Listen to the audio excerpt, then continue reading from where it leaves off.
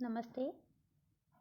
मैं Asha Nagar, assistant professor political science, government college Deoli, Tonk. हमारी BA third year का जो पेपर फर्स्ट है उसमें से मैकावली चल रहा था। मैकावली के हमने उसकी जीवन, परिचय, रचनाएं, राज्य संबंधी विचार, इनके हमने अध्ययन कर लिया था। आज हम अध्ययन करेंगे मैकावली ने जो मानव का स्वभाव बताया है उससे संबंधित विचार। यानी कि मैकावली के टाइम में मानव उसने जैसा देखा, यानी कि मनुष्यों को उसने इटली के अंदर जैसा देखा, उसके अनुसार उसकी सारी रचनाओं पे मानव स्वभाव का फर्क पड़ा। और मानव स्वभाव के कारण उसने इटली के लिए, वहाँ की विशेष परिस्थितियों के कारण इटली के लिए उसने राजतंत्र का समर्थन किया था और अन्य देशों के लिए या सर्वश्रेष्ठ शासन के रूप में उसने गणतंत्र का समर्थन किया था। लेकिन उसकी जितनी भी लेखनी है, जितने भी उसके विचार हैं, सब मानव के स्वभाव पर ही, जो उन्होंने अध्ययन किया उस पर ही डिपेंड है। मानव का स्वभाव जैसा होता है वैसे ही उसने राजा को बताया कि राजा को कैसा होना चाहिए। ठीक है, मानव के स्वभाव के कारण ही उसने बताया कि राजा को लोमड़ी और शेर जैसी चालाकी रखनी चाहिए, दोनों का ही उसमें गुण होने चाहिए, क्योंकि मानव स्वभाव से जैसा होता है वैसे ही राजा को होना चाहिए।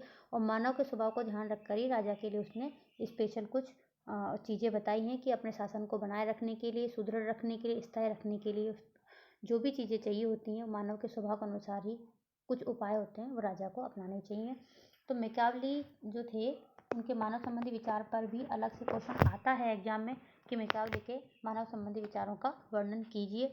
तो हम मैकावली का कोई भी क्वेश्चन आए, चाहे मानव संबंधी आए, चाहे उसका रचनाओं का आए, चाहे उसका अपने युग का शिशु वाला आए, चाहे राजनीतिक विचार आए, हमें मैकावली के बारे में हम जितनी चीज़ें जानते हैं उसके जन्म से संबंधित या रचनाओं संबंधित जो भी है सब हमें इंट्रो के रूप में सारे क्वेश्चन, मतलब क्वेश्चन तो एक आएगा, क्वेश्चन कोई सा भी आए उसमें उनको लिखना होगा। ठीक है, तो अब हम आते हैं मानव संबंधी विचारों पर। मैकावली जो थे उन्होंने नैतिकता, धर्म और राजनीति के जो आपसी संबंध हैं उसके विषय में बहुत सारी धारणाएं और शासन के स्वरूप का एक ढांचा, मानव के स्वभाव को समझ कर ही उन्होंने इसके बारे में अपने विचार दिए थे। ठीक है, मानव स्वभाव संबंधी जो उसका विश्लेषण था, उसके समस्त राजनीतिक जो दर्शन है, राजनीतिक दर्शन उसका केंद्र बिंदु है। यानी जितना भी उनका राजनीतिक दर्शन है, राजनीतिक जो विचार हैं, उनका केंद्र बिंदु मानव का स्वभाव ही है। उस मानव के स्वभाव के इर्द गिर्द उसकी सारी रचनाएं हैं, उसकी सारी व्यवस्थाएं और सारे विचार घूमते हैं। ठीक है, मानव संबंधी जो अपने विचार हैं वो कुछ तत्वों, परिस्थितियों के अवलोकन के पश्चात मैकावली ने स्थिर किए हैं। और वो तत्व और परिस्थितियाँ कौन सी थी, उनमें है उस समय तत्कालीन इटली का जो समाज है उसकी दुर्दशा उन्होंने अपने आंखों के सामने देखी थी। संत समान पवित्र सेवानोराला की हत्या की गई थी, वो उन्होंने देखा था। अनैतिक साधनों का प्रयोग करने वाले सीजर बोर्जिया की सफलता, यानी कि अनैतिक साधनों का प्रयोग करने के बाद भी जो सीजर है वो सफल हो गया था। पॉप जैसे उच्च धर्माचार्यों का चारित्रिक पतन उन्होंने देखा था आदि। ये सभी तत्व थे ऐसे थे जिन्होंने मैकावली के सामने मानव स्वभाव का बहुत ही बुरा और घृणित पक्ष प्रस्तुत किया था। मैकावली हमेशा इस धारणा को लेकर चला है कि मानव स्वभाव से ही स्वार्थी होता है, घोर दानवी प्रवृत्ति वाला और दुष्ट होता है। उनका मानना था कि मनुष्य जन्म से बुरा होता है और उसमें अच्छाई नहीं होती है। ठीक है, प्रिंस जो उनकी रचना थी उसके 17वें अध्याय में उन्होंने लिखा है कि सामान्य रूप से मनुष्यों के बारे में ये कहा जा सकता है कि वे चंचल, झूठे, कायर, लोभी होते हैं। ठीक है, मनुष्य की सभी सामाजिक और राजनीतिक क्रियाओं का मूल स्रोत उसका घोर स्वार्थवादी होता है। मनुष्य अनेक कमजोरियों से ग्रसित होता है और सद्गुण और परोपकार जैसी बातों से वो अपरिचित ही रहता है। ठीक है, मनुष्य तभी तक अपने बने रहते हैं जब तक सफलता हमारे पास है। वे तभी तब तक आपके लिए जीवन, खून, संपत्ति, बच्चों के बलिदान के लिए प्रस्तुत रहेंगे जब तक वास्तव में ऐसे बलिदानों की आवश्यकता दूर रहती है। मतलब जब तक हमें किसी चीज़ की ज़रूरत नहीं होती तब तक तो हमारे पास आते हैं कि पैसों ज़रूरत हो तो हमसे पूछ लेना, और कोई ज़रूरत हो तो हमसे बता देना। लेकिन जब जब हमारी ज़रूरत पड़ती है हमें, तो वो इसके विरुद्ध हो जाते हैं। जैसा कि कहा है उसने मैकावली ने कि जैसे ही आवश्यकता निकट आती है, यानी हमें किसी चीज़ की आवश्यकता निकट आती है, वे हमारे विरुद्ध हो जाते हैं। मनुष्य किसी से तभी प्रेम करते हैं जब तक कि उसका स्वार्थ सिद्ध होता है। मैकावली कहते हैं कि कार्य करने की प्रेरणा और उत्तेजना मनुष्य को स्वार्थपरता के बल पर ही मिलती है, यानी किसी चीज़ से उसका स्वार्थ जुड़ा हुआ है तभी वो कार्य करने के लिए उत्तेजित होता है और कार्य करने के लिए प्रेरित भी होता है। अगर कोई काम में उसका स्वार्थ नहीं होता है, चाहे वो पैसे कमाना हो चाहे और कोई चीज़ हो, तभी वो कार्य करता है। मनुष्य एक पशु के समान है जिसमें अंतर्निहित अच्छाई नाम की कोई चीज़ नहीं होती है। डर, शक्ति, अभिमान आदि उसकी प्रेरक शक्तियाँ हैं। अपनी जो ग्रंथ है, रचना है, प्रिंस में वो लिखता है कि लोग केवल डरपोक और अज्ञानी होते हैं, वरन स्वभाव से दुराचारी होते हैं। मतलब केवल डरपोक और अज्ञानी नहीं होते हैं, किसी चीज़ से डर जाए, किसी चीज़ के प्रति अज्ञान नहीं, वो दुराचारी भी होते हैं, उनका आचरण भी सही नहीं होता है। वे आवश्यकता पड़ने पर सच्चरित्र दिखाते हैं। लोग अपनी वासनाओं के दास होते हैं और प्रथम श्रेणी के स्वार्थी होते हैं। तो जो मैकियावेली ने इतना सारा अभी तक हमने जो बताया है, ये प्रिंस में उसने मानव स्वभाव के बारे में जो बताया है, ये सब उसने वहाँ पर इटली के अंदर देखा था। इटली में जो देखा था, तो अगर हम बुरा देखते हैं तो हमारे विचार भी घृणित हो जाते हैं, उसी हिसाब से हम उनको हमारी लेखनी में लिखते हैं। अगर हमको अच्छा देखते हैं, अच्छा माहौल देखते हैं, तो उसके हिसाब से हमें अच्छा हम लिखते हैं। तो इसीलिए तो जो मैकियावेली है उसको अपने युग का शिशु कहते हैं। कि आप युग का शिशु का मतलब है कि इनके जो विचार हैं अपने युग की परिस्थितियों के अनुसार ही निकल कर सामने आए। शिशु ये जन्म से नहीं, विचारों कारण शिशु कहते हैं कि अपने युग के यो शिशु हैं, क्योंकि युग के अंदर जितनी भी जैसी परिस्थितियाँ थी, उनके इटली में जैसा माहौल था, उस हिसाब से इन्होंने अपना विचार बनाए और उनको अपनी लेखनियों में लिखा। केवल लिखा, इसीलिए इनको एक खतरनाक विचारक चिंतक कहने लग गए थे लोग बाग। लिखने से ही इन्होंने केवल लिखा है, बाकी ऐसा कुछ किया नहीं था। लेखनी के कारण ही इनके लोग बाग शत्रु बन गए थे। ठीक है।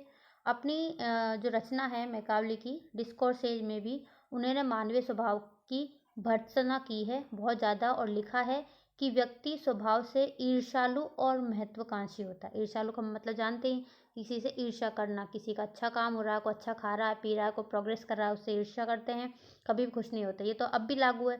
हमारा घर में कोई साथ में पढ़ने वाला दोस्त है, वो नौकरी लग जाए, हम नहीं लगे, तो हमें उससे ईर्ष्या होती है। पड़ोस में कोई अच्छा किसी को शादी हो जाती है, अच्छी को रहने लग जाता है, अच्छे मकान बनाते, दूसरा उससे ज़रूर चिढ़ता है। चाहे हैं पड़ोसी, मुंह पर कुछ नहीं कहेंगे, लेकिन वो मन में ईर्ष्या रखते हैं। और महत्वाकांक्षी होता है। महत्वाकांक्षी क्या होता है? अधिक से अधिक चीज़ों की प्राप्ति की इच्छा रखना, हमारे पास जो नहीं है उसकी प्राप्ति की इच्छा करना। मनुष्य का कभी ये जो महत्वाकांक्षा वाला जो पॉइंट है, ये कभी भी मरते दम तक ही पूरा नहीं होता है।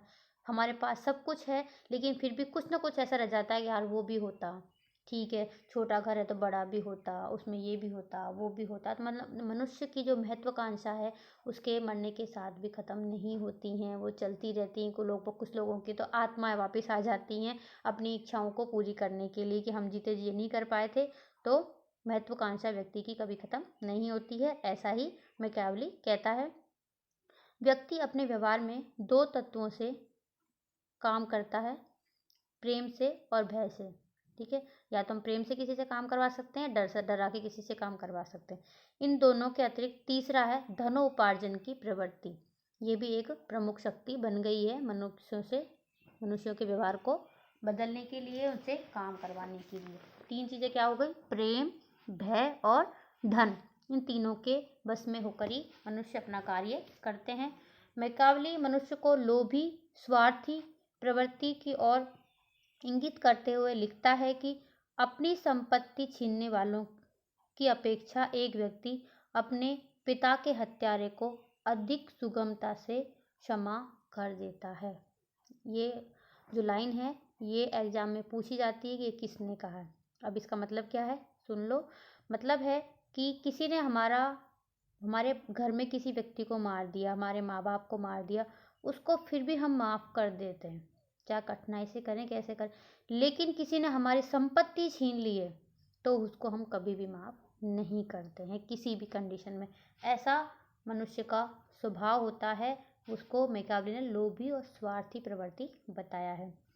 हॉब्स के समान मैकियावेली भी यही मानता है कि मनुष्य में इच्छा तत्व की प्रधानता होती है। ठीक है, इच्छा तो हमेशा होती सबकी। ये इच्छाएं असीम और अनंत होती हैं, जिनकी कभी पूर्ति नहीं होती है, कभी वो इच्छित चीज़ों का प्राप्ति के बाद में कभी भी वो संतुष्ट नहीं होते हैं। हमेशा एक इच्छा पूरी होने के बाद में वो एक इच्छा नई इच्छा को जन्म दे देती है। ठीक है, मनुष्य अपने सभी कार्य इन इच्छाओं की पूर्ति के लिए ही करता है। उसकी एक सबसे बड़ी इच्छा होती है संपत्ति प्राप्त करना। वो मैकियावेली ने तो बहुत पहले कहा था, लेकिन अभी भी मनुष्य वैसा ही है। उसकी संपत्ति प्राप्त करना तो इच्छा अब भी उसी रूप में है जैसे भी पहले थी। संपत्ति की जो आकांक्षा है मनुष्य के कार्यों की शक्तिशाली प्रेरक होती है। मैकियावेली कहता है कि मनुष्य अपनी आशाओं की अपरिमितता के कारण ही अपराध कर बैठते हैं। यानी जो उसने इच्छा करी है अगर वो पूरी नहीं होती है या उनको पूरा करने के लिए ही अपराध करते हैं। यानी मैकियावेली के अनुसार अपराध करने का एक कारण क्या बताया है? मनुष्य की इच्छाएं की पूर्ति नहीं होना या उनकी पूर्ति के लिए कुछ प्राप्त करने की स्वाभाविक इच्छा की सदैव ही पूर्ति नहीं होती। हम कुछ प्राप्त करना चाहते हैं और सबकी इच्छा पूरी नहीं होती है। प्रत्येक मनुष्य है वो ये चाहता है कि संसार की जो सबसे अच्छी चीज़ है वो उसी को मिले और उसी के जीवन में वो हो। इसी से प्रेरित होकर वह लगातार प्रतिस्पर्धा और संघर्ष में लगा रहता है। सबसे अच्छी चीज़ हमें मिलनी चाहिए और इसी के लिए वो जीवन भर प्रयासरत रहता है। मैकियावेली कहता है कि प्रेम और भय दो ऐसी शक्तियां हैं जिनके द्वारा मनुष्य से कुछ भी काम कराया जा सकता है। या तो प्रेम से हम किसी का गला भी कटवा सकते हैं, डर से हम किसी को मरवा भी सकते हैं डरा कर। ठीक है, तो दो चीज़ें हैं वो बहुत महत्वपूर्ण हैं और इन्हीं के बस पर उसको वश में भी किया जा सकता है। लेकिन जो राजा हैं, प्रशासक हैं, उनको अपनी प्रजा से प्रेम के स्थान पर भय का सहारा लेना चाहिए। क्यों? क्योंकि डर से जनसाधारण हमारी आज्ञा की पालन ज़्यादा करता है, प्रेम से वो इतना नहीं करे। लेकिन डर के मारे प्रजा ज़्यादा पालन करने की अपेक्षा कर सकते हैं हम जनता से कि हमारा वो ज़्यादा आज्ञाओं का पालन करेगी। मनुष्य में सद्भाव, सामाजिक और अच्छे गुण भी देखता है। ऐसा नहीं कि उसने अच्छे गुण देखे ही नहीं है, कुछ ऐसे लोग भी उसके संपर्क में आए जिनमें उसने अच्छी बातें देखी हैं। क्योंकि वह लिखता है कि जर्मनी और स्विट्जरलैंड के नागरिकों में समाज के प्रति निष्ठा है, इसलिए वहाँ गणतंत्र स्थापित हो चुके हैं। किंतु मनुष्य की सामाजिकता और सद्भावना की चर्चा उसने केवल प्रसंगवश की। मतलब ये जो स्विट्जरलैंड और जर्मनी के लोगों की जो अच्छी बातें लिखी हैं उसने, वहाँ के लोगों में सद्भावना और सामाजिकता का जो उसने गुण लिखा है वो उसने केवल प्रसंग ही किया है उस पर। यानी कि प्रसंगवश यहाँ पर केवल उनको बताया है, बाकी अधिकतर उसने मनुष्य के बुरे स्वभाव पर ही बल दिया है। ठीक है, तो ये उसकी मानव स्वभाव संबंधी धारणा है। इसके बाद जो उसके राज्य और शासन संबंधी जो विचार आते हैं, धर्म और नैतिकता संबंधी जो विचार हैं, वो जो विचार हैं सब उसके मानव के स्वभाव से संबंधित ही हैं। क्यों? क्योंकि मानव का स्वभाव था, उसने जो देखा था, उसने जो फील किया था, उसने जो लिखा था, उसके बाद ही उसके अन्य विचारों पर भी इस विचार का प्रभाव पड़ता है। ठीक है, आज के लिए इतना ही। धन्यवाद।